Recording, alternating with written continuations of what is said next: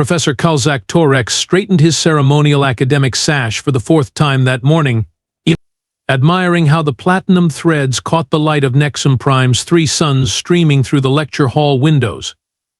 His seven-fingered hands adjusted the hovering display panel with practiced precision. Perfect, just like his reputation.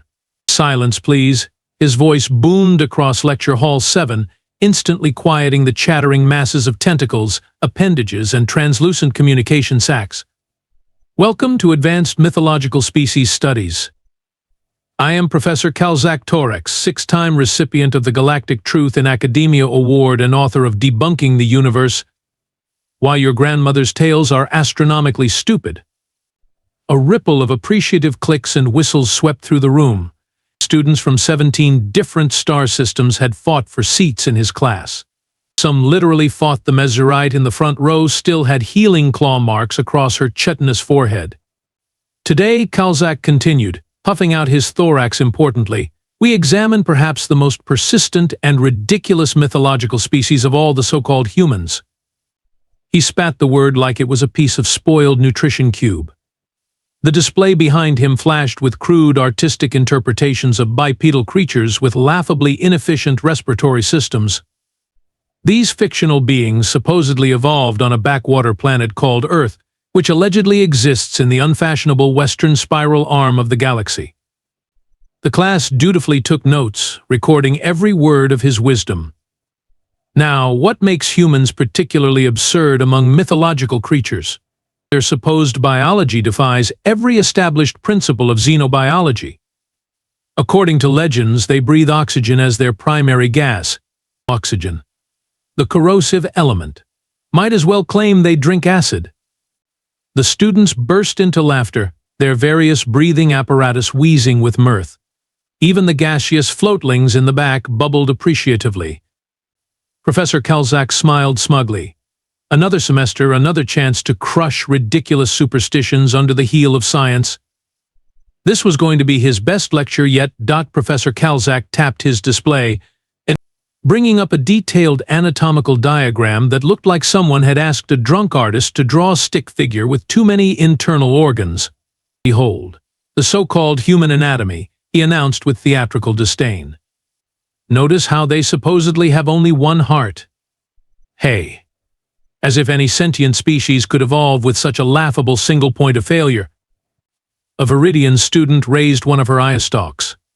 "But Professor, wouldn't that make them more efficient?" "Efficient?" Kalzak's neck frills extended to their full threatening display, though he wasn't aware he was doing it. "Would you call a spaceship with one engine efficient? One brain lobe? One mating appendage? Nonsense." The Viridian quickly lowered her eye stalk and resumed taking notes. "According to these fairy tales," Kalzak continued, "humans not only breathe corrosive oxygen but are composed of over 60% water. Yes, dihydrogen monoxide, the universal solvent. Might as well claim they're made of plasma." The class erupted in laughter. A gelatinous Morphlax student in the second row nearly separated into two identical beings from mirth. But wait. It gets better. Kalzak was on a roll now, his color-shifting skin flushing with the deep purple of academic superiority. These fictional humans supposedly consume a neurotoxin called caffeine every morning as a stimulant. They willingly drink poison. For energy. Several students gasped. A Troxian male at the back fainted dramatically. And the absurdities compound. These myths claim humans can survive radiation levels that would liquefy our brains. They allegedly endure temperature variations of over 100 degrees on their home planet, from frozen water falling from the sky to scorching deserts. Preposterous. The students frantically recorded every word, their various appendages working overtime. A hovering quantum scribe near the ceiling faithfully documented the lecture for posterity, its crystalline memory banks gleaming. Most ridiculous of all, Kalzak lowered his voice to a dramatic whisper, forcing the class to lean forward, is the claim that humans possess something called emotions. Not just simple ones like hunger or mating drive, but complex ones. They supposedly feel nostalgia, existential dread, love. He spat the last word like it tasted bad. These fictional beings supposedly make decisions based on feelings rather than logic. Their behavior is claimed to be unpredictable. They create art without practical purpose. The very idea was so ludicrous that several students couldn't contain their various forms of alien laughter, from high-pitched squeals to resonant hums. Professor Kalzak basked in their reaction. This was why he loved teaching. The thrill of crushing ignorance beneath the weight of facts. Wham! Wham! The lecture hall door slammed open with such force that it disrupted the holographic safety field, sending a cascade of blue sparks across the threshold. Professor Kalzak's third heart skipped a beat. Sorry. So sorry I'm late.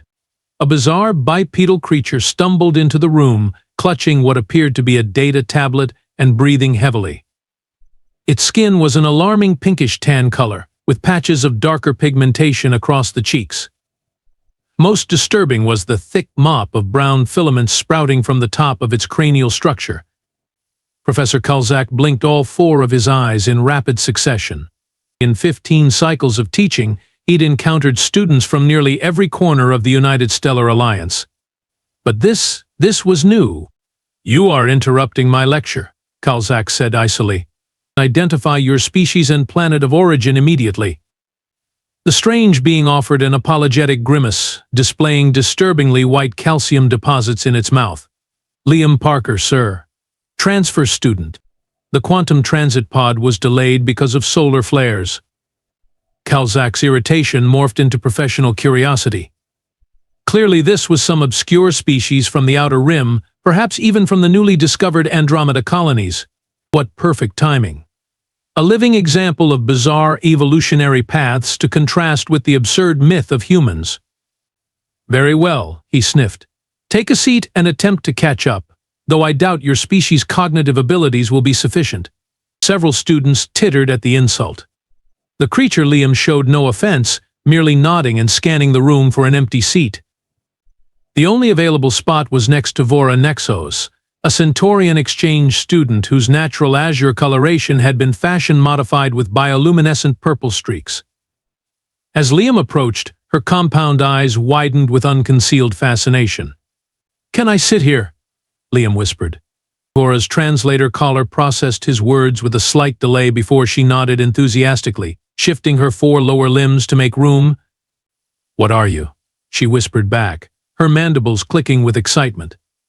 "I've never seen anything like you before." Liam's mouth curled upward at the corners as he settled into the specially designed adaptive seating.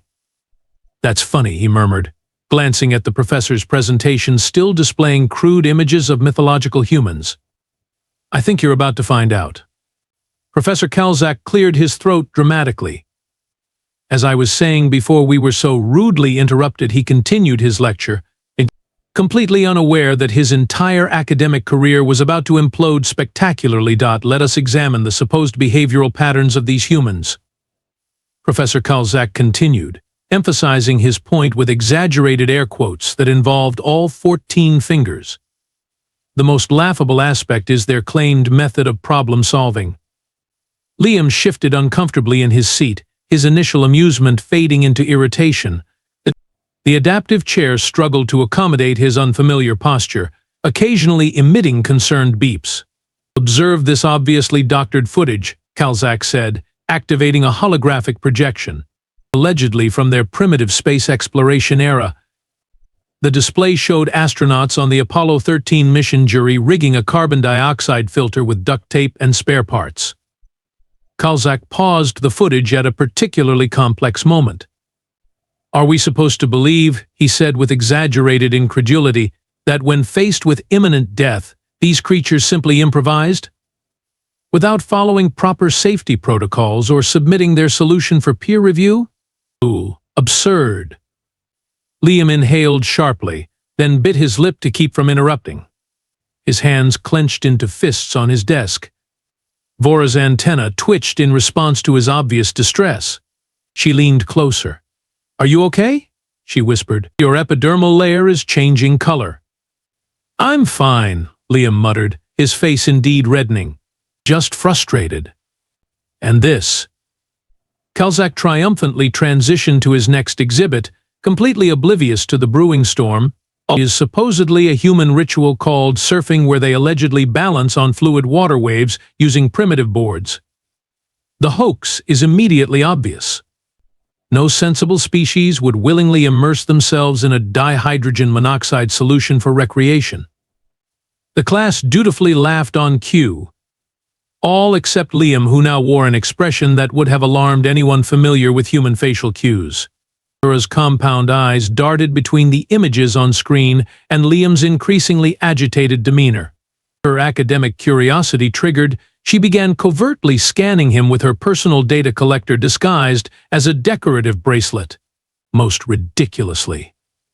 Kalzak warmed to his subject, unaware of the quiet drama unfolding in the 10th row.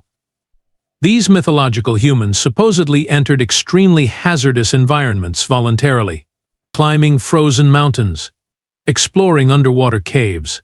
Some tales even claim they sent their young into competitive learning environments called middle schools without protective armor. The data on Vora's scanner made her gasp audibly. The biological readings were impossible. Unless... "You're not," she whispered to Liam, mandibles clicking rapidly in excitement. Liam finally smiled, a dangerous gleam in his eyes. "Oh, but I am," he whispered back. At the front of the lecture hall, Professor Kalzak prepared his final, most devastating takedown of human mythology. Blissfully unaware that the living embodiment of his academic destruction was preparing to raise his hand, Liam's hand shot up with such determination that several nearby students instinctively ducked, assuming it was some kind of territorial display. Professor Kalzak's neck frills flattened in annoyance. "Yes? The whatever you are in row 10. "I'd like to offer a correction," Professor Liam said, his voice steady despite the adrenaline coursing through him. "Several, actually." "A correction?" Kalzak's upper lip curled, revealing iridescent gums. "How charming. Please enlighten us with your vast wisdom from whatever backwater evolutionary cul-de-sac produced you." Snickers rippled through the lecture hall. Laura sank lower in her seat, all 6 eyes fixed on Liam with a mixture of horror and fascination. "First," Liam began, standing up, "humans don't just hypothetically breathe oxygen. We actually find it quite pleasant." "We," Kalzak repeated, his tone dripping with condescension. "Speaking in the collective for a mythological species now, are we? How adorably delusional." "Second," Liam continued undeterred, "caffeine isn't deadly poison to us. It's a mild stimulant. I had 3 cups of coffee this morning." "Of course you did," Kalzak rolled all 4 eyes simultaneously, a feat he'd practiced for academic debates. "And I suppose you bathed in acid and went for a stroll on the surface of a sun before breakfast too." The class laughed, but several students were looking between Professor Kalzak and Liam with growing uncertainty. And finally, Liam took a deep breath. "That doctored footage you showed of the Apollo 13 mission? That actually happened. Humans really are that adaptable. We call it MacGyvering sometimes."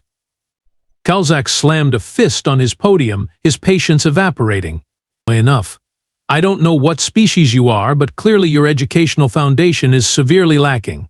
Mythological creatures do not enroll in my classroom." Liam smiled. It wasn't a nice smile. "That's the thing, Professor. I'm not speaking on behalf of humans." He straightened to his full height. "I am human. From Earth. 3rd rock from that unremarkable star you pointed out earlier." The lecture hall went deadly silent, then erupted into chaos.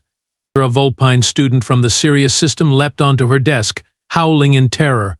2 crystalline entities in the front row shattered into protective shards. The Morphlax student finally did separate into identical twins, both screaming in harmony. "That's impossible!" Kalzak shrieked over the pandemonium. "Humans aren't real."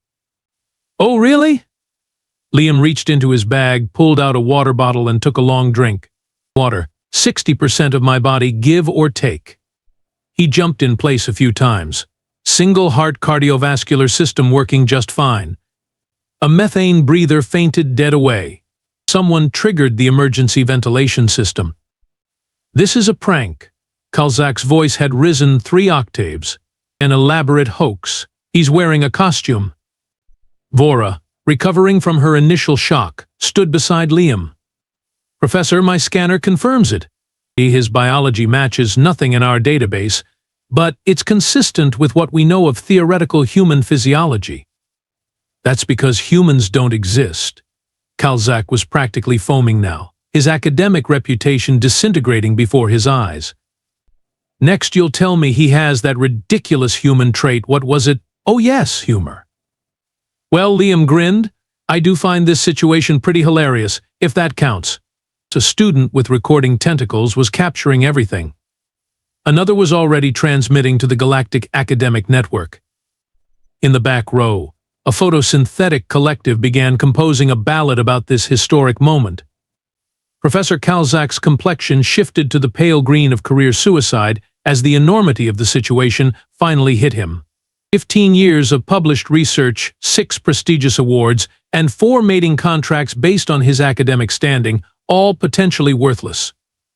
You can't be human, he whispered hoarsely, his final desperate denial. Humans are just stories. Campfire tales for gullible hatchlings. Liam shrugged.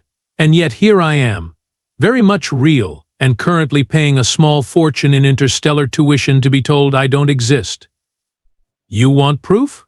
Liam asked, his voice cutting through the cacophony of alien panic. Let's settle this scientifically, Professor.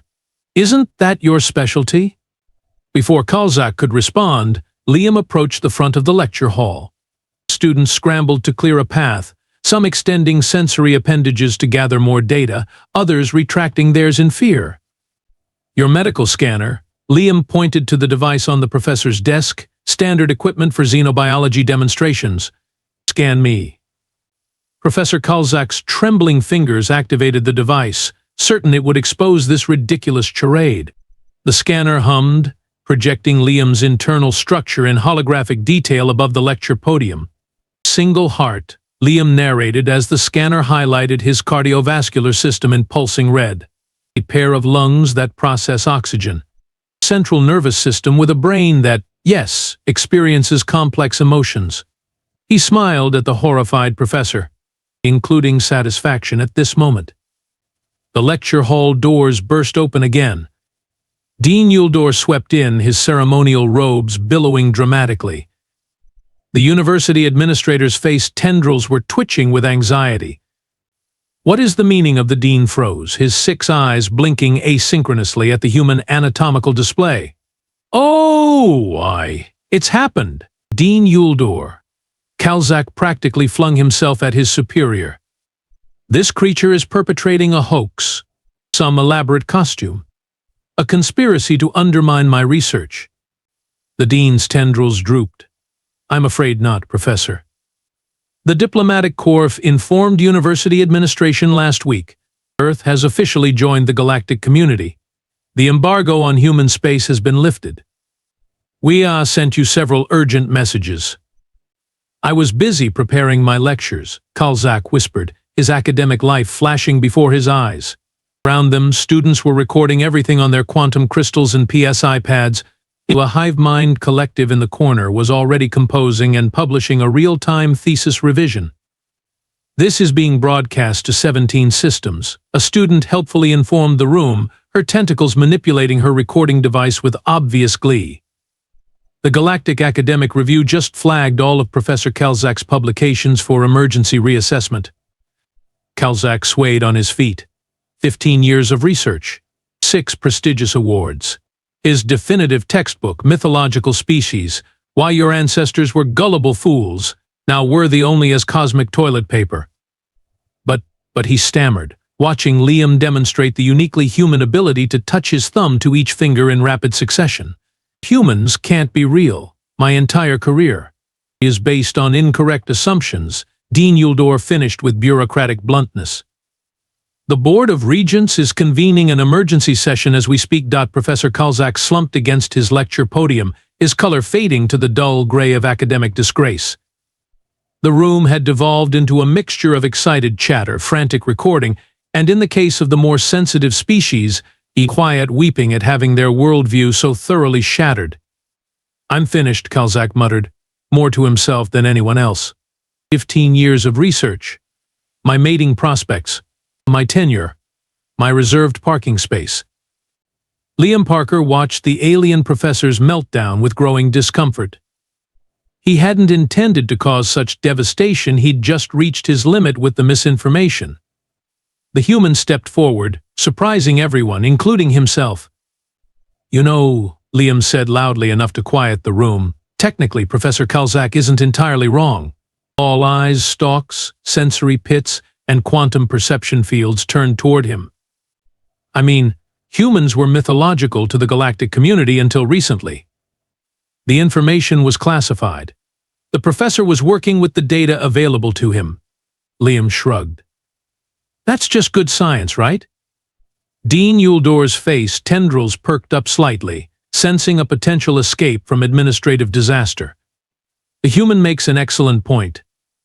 This is less a case of academic malpractice and more an opportunity for scholarly update. Professor Kalzak blinked rapidly, hope flickering across his features. Update. What if, Liam suggested, stepping fully into the diplomatic role he'd never trained for, instead of discrediting the professor's work, we frame this as an exciting new chapter? Professor Kalzak and I could co-teach a special lecture series on actual human biology and culture. Co-teach? With you? Kalzak's voice wavered between academic horror and desperate relief. Think about it, Liam continued, warming to his idea. You'd be the first xenobiologist in the Galactic University system to present verified human research. Cutting-edge stuff. A wave of excited clicks, whistles, and electromagnetic pulses swept through the student body. I would attend that lecture, declared a photosynthetic collective, its leaves quivering with excitement. We could broadcast it across all 17 systems, added another student, already calculating the academic prestige of being enrolled in such a groundbreaking course. Dean Euldor's practically vibrating with relief. His administrative mind was already reframing the potential disaster into marketing gold. The first official human-alien academic collaboration, he announced, gesturing grandly, exclusively at Nexum Prime Galactic University. Professor Kalzak straightened slightly, his color improving from disgrace gray to hesitant lavender. But you would share your biological data? Your cultural practices? Your emotions? The scientific curiosity that had driven his career began to reassert itself. Sure, Liam nodded. That's what humans do. We share knowledge, we adapt, we find solutions to impossible problems. He extended his hand toward the professor. We even forgive people who call us mythological sometimes. The professor stared at the extended human appendage. What is this gesture? A handshake, Liam explained. It's how humans seal a deal. Partners? Across the lecture hall, recording devices captured the historic moment as an alien professor reached out with trembling fingers to touch the hand of a creature he'd spent his career insisting couldn't possibly exist. 1 week later. The grand auditorium of Nexum Prime Galactic University had never seen such attendance. Students from 37 star systems crammed the aisles, some having traveled through 3 wormholes just to witness the spectacle. The Mythological Species confirmed. Their lecture series had become the hottest ticket in the academic universe. And so humans actually evolved these goosebumps as a vestigial response from when our ancestors had more body hair, Liam explained, pointing to the raised bumps he'd created on his arm by rubbing an ice cube on it. Questions? Every appendage in the room shot up simultaneously. Professor Kalzak, standing beside his human colleague in a newly tailored academic robe, now featuring Earth motifs, had undergone a remarkable transformation. His frills no longer puffed with arrogance, but extended with genuine curiosity. Perhaps, he suggested with newfound humility, we could discuss how your species developed such remarkable adaptability despite your fragile biological structure. In the front row, Vora Nexos beamed with pride. Her translation algorithms had proven invaluable in helping bridge the vast cultural gaps between human and alien concepts. Ask him about humor next, she called out. The concept of sarcasm took me 3 days to process. Ah yes, Kalzak nodded, his color shifting to the blue-green of scientific excitement rather than his former purple superiority. Human humor, particularly the subset known as dad jokes, remains particularly perplexing. Liam grinned. Well, I could tell you a joke about paper, but it's terrible. The translator systems overheated as they struggled with the pun. Several quantum mathematics students began scribbling furiously, certain they'd discovered a new paradox. Dean Yuldorched from the back, his administrative anxiety replaced by smug satisfaction. Applications to the university had increased 4,000%. The Board of Regents had approved a new Department of Human Studies with Kalzak humbled but redeemed as its chair. Just as the lecture was wrapping up, the auditorium doors swung open. A shimmering, translucent figure that seemed to exist in multiple dimensions simultaneously glided into the room. Apologies for my tardiness, the being said in a voice that somehow sounded like crystalline wind chimes. The transit between dimensional planes was congested. Professor Kalzak froze mid-gesture. You can't be. A quantum-fold being? The newcomer finished, its form shifting through colors no one in the room had optical receptors to properly process. From the 11th dimension? Indeed I am. I believe you've published 7 papers declaring my species mathematically impossible. Liam burst out laughing. Oh, this is going to be good. Laura nudged him with one of her appendages. I've already reserved us front row seats for next week's lecture. As the auditorium erupted once again into academic chaos, Professor Kalzak could only close all 4 of his eyes and silently promise himself to never use the word mythological in a course title again.